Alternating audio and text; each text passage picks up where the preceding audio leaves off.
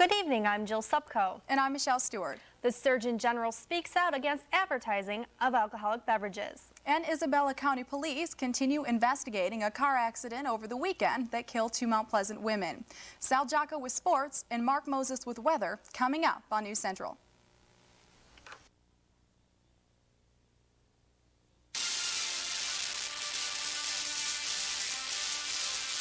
The Mount Pleasant Community and Central Michigan University.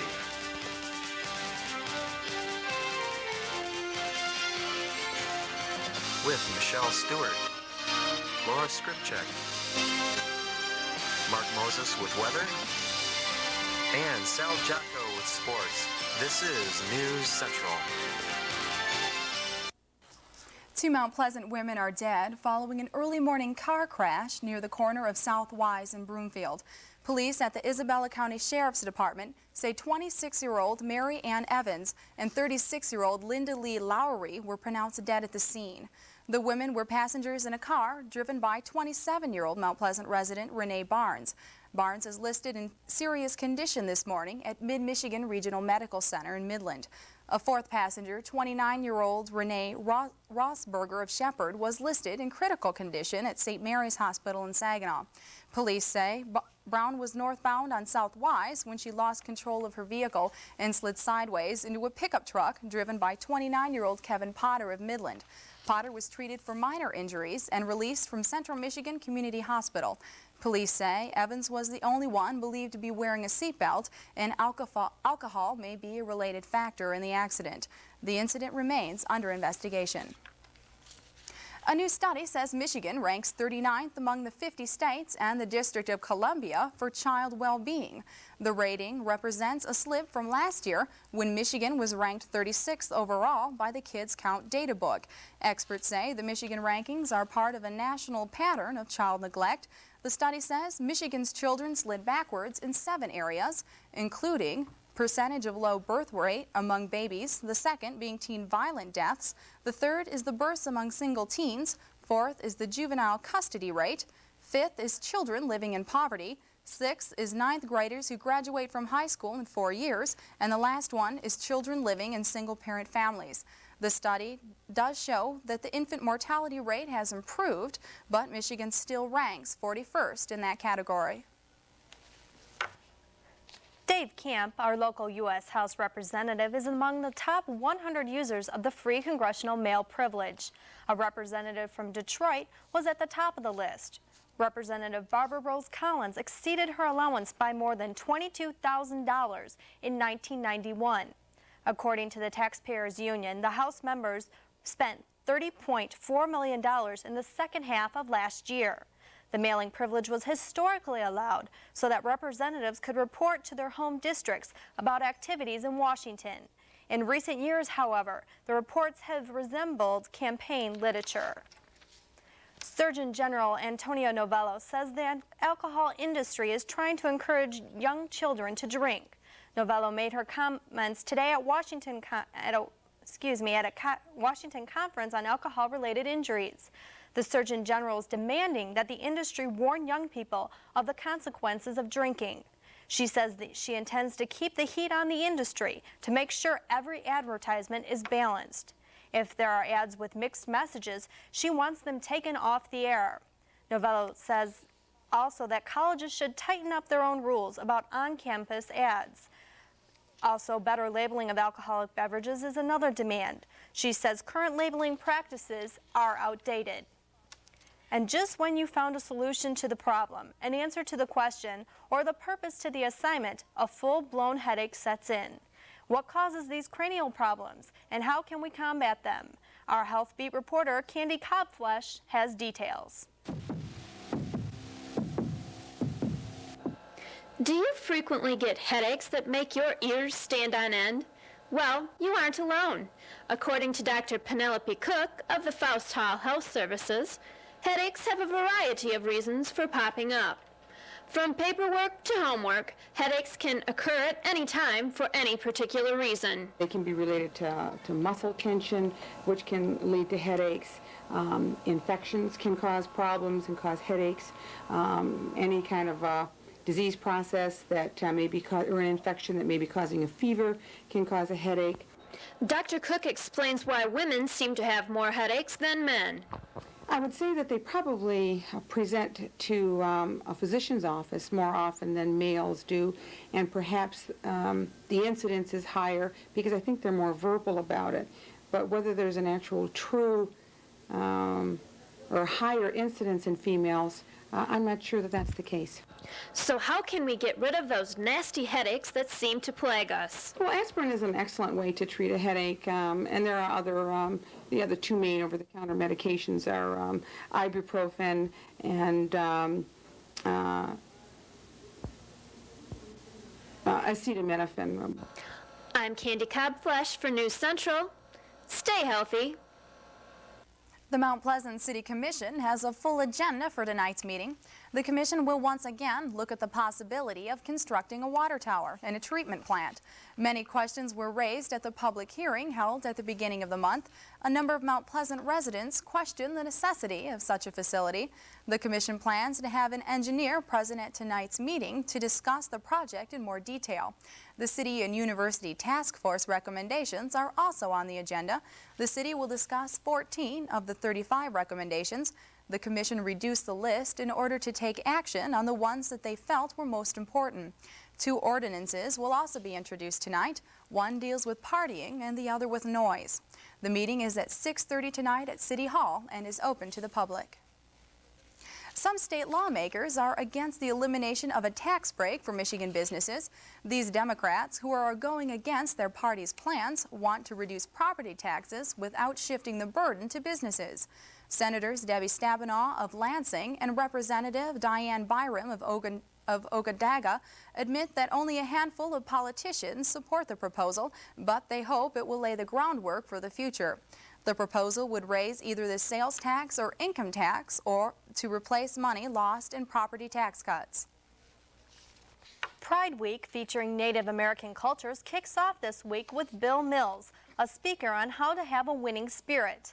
News Central spoke to Heather Keller, Vice President of American Indian Student Organization, about what to expect. Week is a kickoff to the powwow to let people know what's coming, and we have different events to tell about the Native American community. Like, we have speakers coming in. There's an art exhibit. There'll be an art talk. Billy Mills is going to be in on this Thursday, who is a Native American Olympic gold medalist, and he'll be speaking on the winning spirit. Puts on the Pride Week. The powwow this year is being put on by the tribe and the university as a whole without ASO sponsoring it too much. But ASO, which is American Indian Student Organization, has sponsored the speakers coming in and to kick it off. Robert Eaton, the man who will be succeeding Lee Iacocca as chairman of Chrysler, has spent the last week touring the company and learning as much as he can about the number 3 automaker. Eaton, who was the former head of General Motors Europe, said he wouldn't discuss salary or other perks he was offered to leave General Motors, where he had worked for 29 years. Eaton commented on the fact that he liked the executive staff at Chrysler and he didn't have any plans on bringing in former staff from GM. A new farm in Oakland County is raising hopes as an alternative to hospitalization for mentally ill patients. John Kelly lived on a similar farm in Massachusetts after he was diagnosed with schizophrenia. His parents thought it was a good idea and founded a similar farm called Rose Hill Center. Residents can provide care for animals, work in the garden, and improve their socialization skills in a peaceful environment. The $5 million complex is scheduled to open in May. Coming up, Libya turns over 2 suspects in the bombing of Pan Am Flight 103. And investigators are still searching for more information on the U.S. air crash in New York. When News Central continues.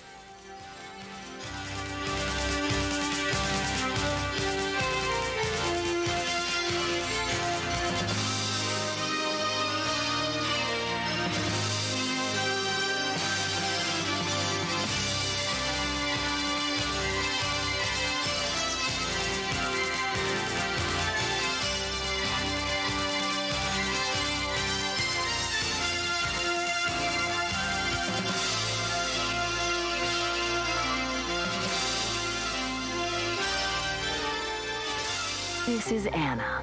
She has a lot. She has a mother who loves her and a roof over her head. But tar paper walls don't keep out the night chill. She doesn't have enough to eat, sometimes little more than tortillas. She doesn't have the books and supplies she needs to stay in school. And education is her key to a better life. Anna and others like her need someone to help. Could you help? For over 25 years, Children Incorporated has been matching children like Anna with sponsors like you. Your tax-deductible donation of only $21 each month will help provide food, clothes, medical care, and education. You'll receive a picture of the child you're helping and opportunity for personal contact. Please don't wait. Imagine how your help will make Anna or a child like her feel. You can give hope. Write or call Children Incorporated, 1-800-538-5381.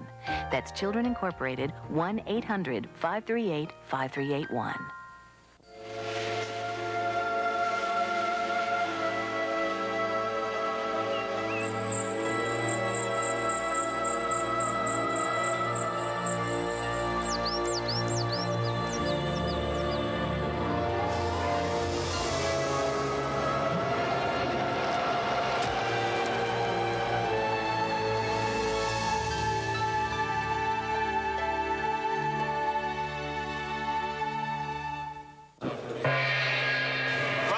And fellow mountain goats, this year's recipient of the treasured Black Horn Award, Richard Lynch. Come on up here, Dick. What are you doing this weekend that's so important you can't take a little time to test your home for radon? After all, it is the second leading cause of lung cancer, and a radon test kit is inexpensive. You could pick one up on your way to the lodge.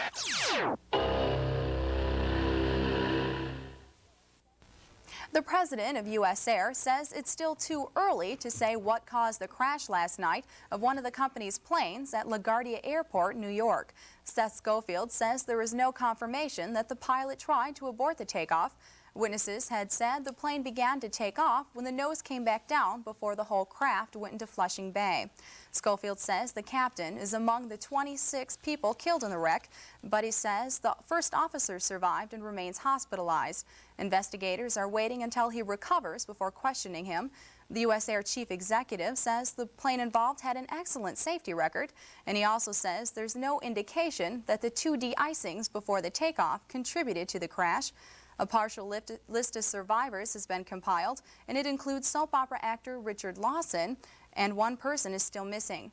The Dutch company which built the U.S. Air commuter jet has sent specialists to help in an investigation, which now includes the recovered flight recorder that will hopefully provide clues as to what happened. And on the campaign trail, tomorrow's primary election in Connecticut is the first chance Democrats will have to see which way Paul Tsongas supporters will go, either to Jerry Brown or to Bill Clinton. Though some Tsongas supporters say they're going to stand by their candidate, voting for him despite his dropping out of the race. Clinton aides say they expect that Brown will pick up many of Tsongas' voters. While campaigning yesterday, Clinton charged that President Bush has no plans for helping Connecticut and other states that rely on military work that now face defense cuts. The space shuttle Atlantis had been scheduled to go up just after 8 o'clock this morning, but the launch was called off due to fuel leaks. Shuttle experts now believe there's nothing wrong with the shuttle itself, that the leaks were a result of some contractions caused by cold rocket fuel. In fact, the fuel and oxidizers used in the shuttle are among the coldest liquids on Earth. NASA says the problem has been corrected and will try again tomorrow to send Atlantis and its crew of 7 astronauts on an 8-day atmospheric research mission. The launch is rescheduled for tomorrow morning at 8 a.m., and it looks like favorable weather for the launch. Libya is turning over 2 suspects in the 1988 bombing of Pan Am Flight 103 over Scotland. According to Libyan officials, the male suspects will be released to the Arab League. Libya's ambassador to the United Nations says it's up to the Arab League to decide what will happen to the 2 men. Possible options of what the Arab League will do with the suspects include turning them over to the United States, Britain, a neutral country, or to the United Nations. A U.S. official says the United States wants the men to be tried in the U.S. or Britain. Libya's offer to turn over the suspects comes after pressure from the United Nations to impose sanctions that press for extradition of the suspects. The 1988 bombing of Pan Am Flight 103 killed 270 people over Lockerbie, Scotland. Israel Prime Minister Yitzhak Shamir says his nation will not let the United States determine Israel's borders. Shamir says the threat of lost U.S. aid will not stop Israel from building Jewish settlements in the occupied land. Shamir claims the United States is trying to determine his country's borders before talks with the Arabs. There's more unrest in South Africa as the South African government has decided to resume executions. South Africa's main black opposition group is opposing the government's decision. The government's announcement comes just days after South Africa's white residents voted to end apartheid. The government says 17 convicted killers will be hanged, but has not said when they will be executed. And Persian Gulf War Commander Norman Schwarzkopf was the center of a protest in Switzerland. Police had to use tear gas, rubber bullets, and water cannons to control a crowd protesting Schwarzkopf's visit to Switzerland. Officials say about 300 protesters were involved. Schwarzkopf was in the country, attending a private gathering.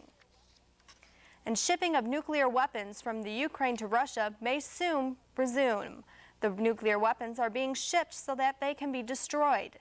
The Armed Forces Chief of the Commonwealth of Independent States says shipments were halted by the Ukraine's president until a commission could be created. Reportedly, the president of the Ukraine wants to make sure Russia doesn't keep the weapons. Up next, we have Mark Moses with the weather.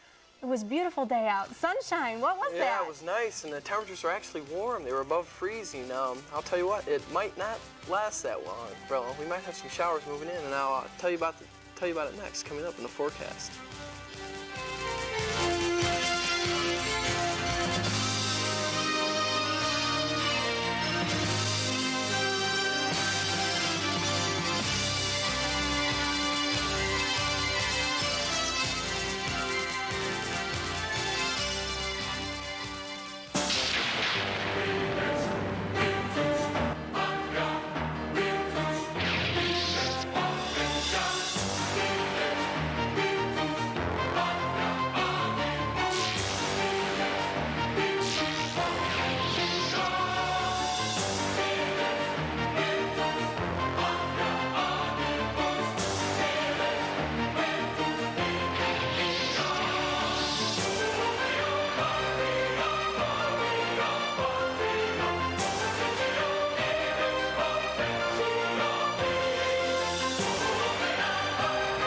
compete, you've got to be strong.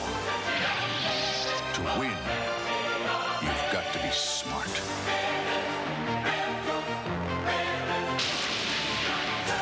Maybe you can be one of us, the few, the proud, the Marines.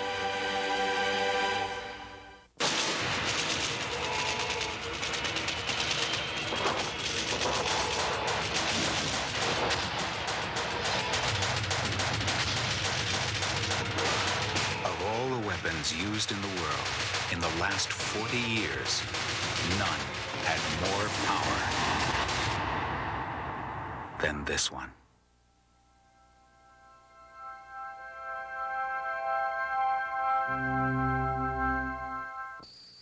Now here's a few reasons why you should watch All Kidding Aside.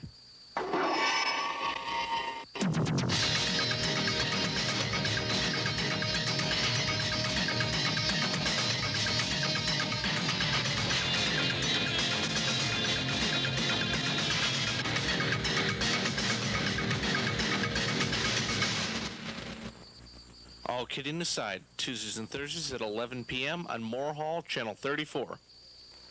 Currently, the temperature stands at 34 degrees, the humidity is 44%, the dew point is 18, and the barometer is 29.98 and steady, while the wind is north out of the set at 7 miles per hour, and the sun sets today at 6:56. Looking at conditions around the nation, we can see that there is not too much happening except along in the East Coast, where that storm system that moved through our area through the weekend is now off on that side and bringing them the rain and snow showers that we got.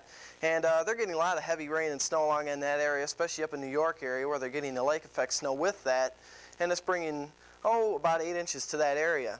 But right now we're looking at this high pressure system that's dominating our area, bringing us mostly clear skies and warmer temperatures than we've been seeing in the past. But that won't last for too long, because this system that's coming up out of the north down in here, along with that system that's over in the west with this low pressure system, will be heading onto our area for later on during the week and will bring us a chance of rain showers. But our temperatures should stay above the freezing point, so we don't have to worry about at least wearing too heavy of a coat, so it won't be too bad. As we look on and around the state, we can see that it is mostly cloudy up along in the UP, while down along in the south it is sunny, and it's bringing us to warmer temperatures. In fact, the warm spot down in Kalamazoo at 41 degrees, but up in Green Bay it's even warmer than that. Under cloudy skies it's 42. As we take a look at the forecast, we can see that it will be partly cloudy and a light wind with a low of around 15. On into tomorrow, mostly sunny and a high around 39. Taking a look ahead into Wednesday, there comes that rain, but it still is going to be a high of 45 with a low of 25. And Thursday, even warmer yet, a high of 50 and a low of 34. So we're getting the rain showers, but it's going to be at least warmer than we've been having for a while, and it should be more spring-like. Well, at least it's not snow showers. Yeah. I was down in Detroit and we got 8 inches. Yeah, they had a lot of rain down in there. Kalamazoo had 10 inches of snow, and they haven't seen that much in March in a while. Thought it was supposed to be spring. Mm-hmm. Thanks, yeah. Mark. Coming up next, Giaco with sports. 2 rounds down in the NCAA tournament, and the Spartans take an early bow out, while the Wolverines dance their way to the Sweet 16. Details ahead in sports.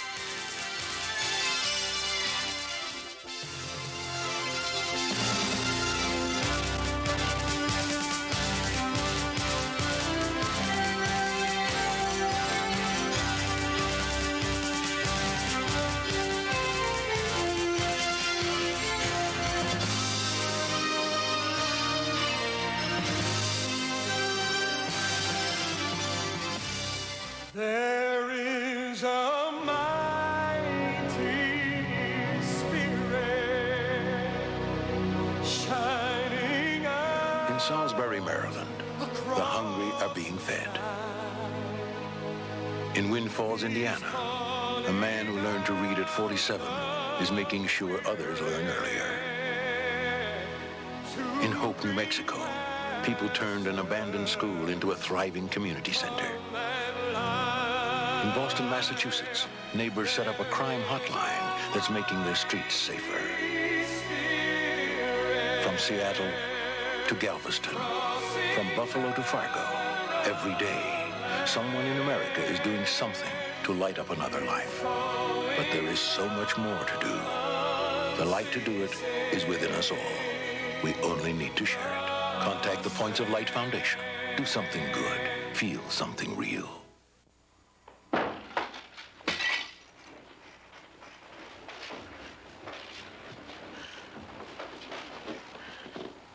Honey, it's Mom.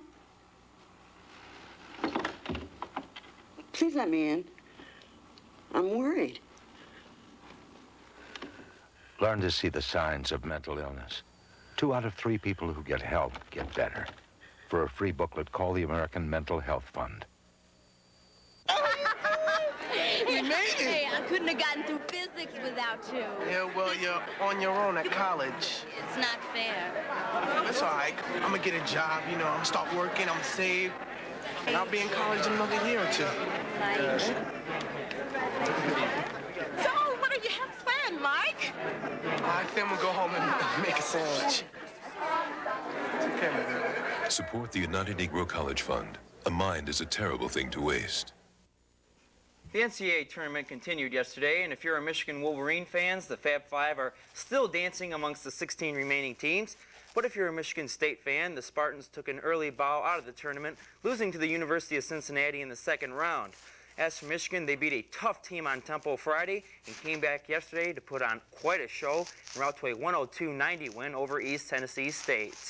Michigan came out early and flying, let me tell you this, on the alley-oop, Jimmy King. Michigan took an early lead and really never looked back. Juwan Howard also had a strong game. 2 of his 23 points inside. The Wolves just too strong, too athletic in the low post. Watch Chris Webber get up for the one-handed stuff. He had 19. What a game he had. Second half, ETSU started launching the threes. Marty Story led a 19-8 run. to cut the lead to 8, but Michigan wasn't rattled, including this guy. Watch Weber take the pass around one defender and then packs it in the face of 2 other players. He finished with a career-high 30 to lead Michigan into the Sweet 16.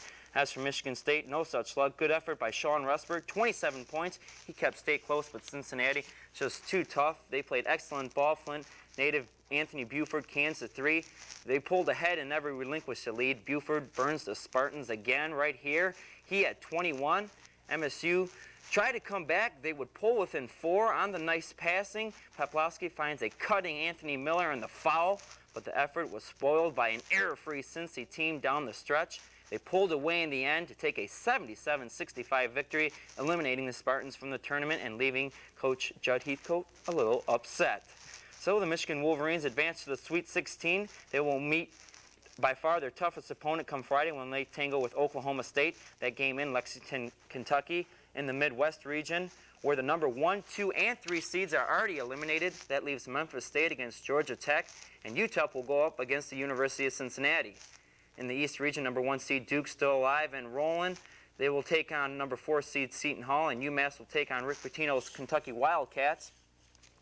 And in the West region, Florida State will take on Georgetown, and Bobby Knight and the Indiana Hoosiers will go up against UCLA.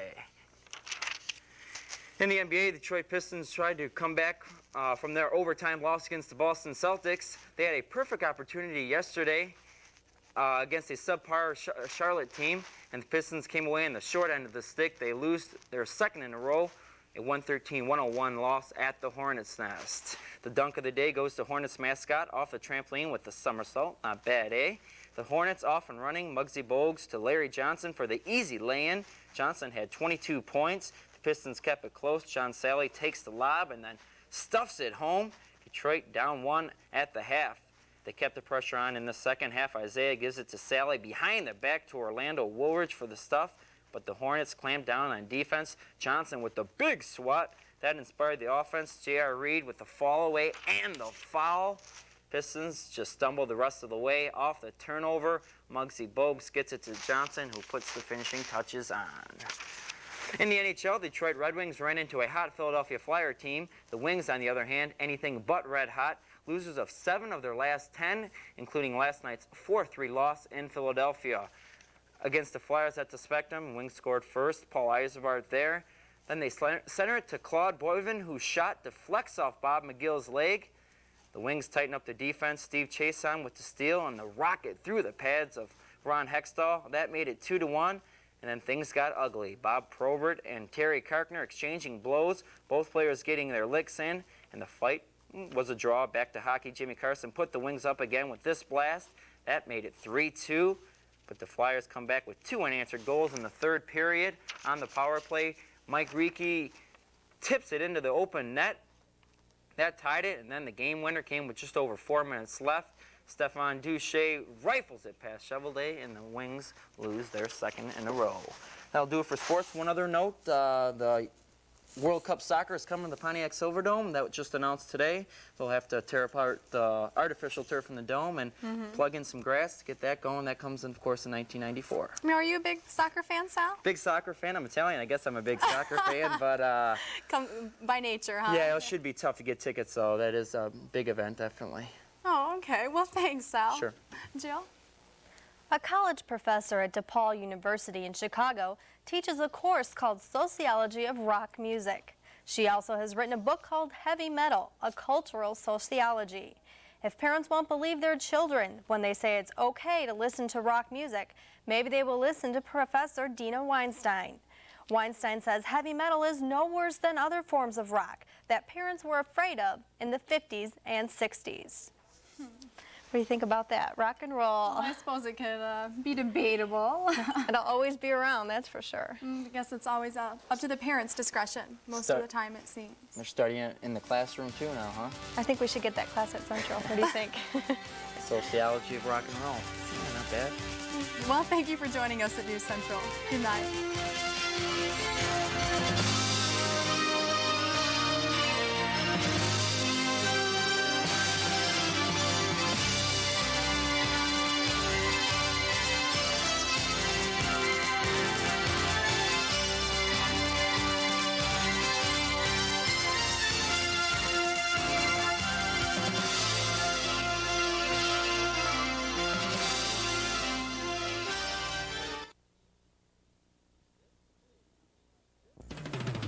This concludes another broadcast day on MHTV.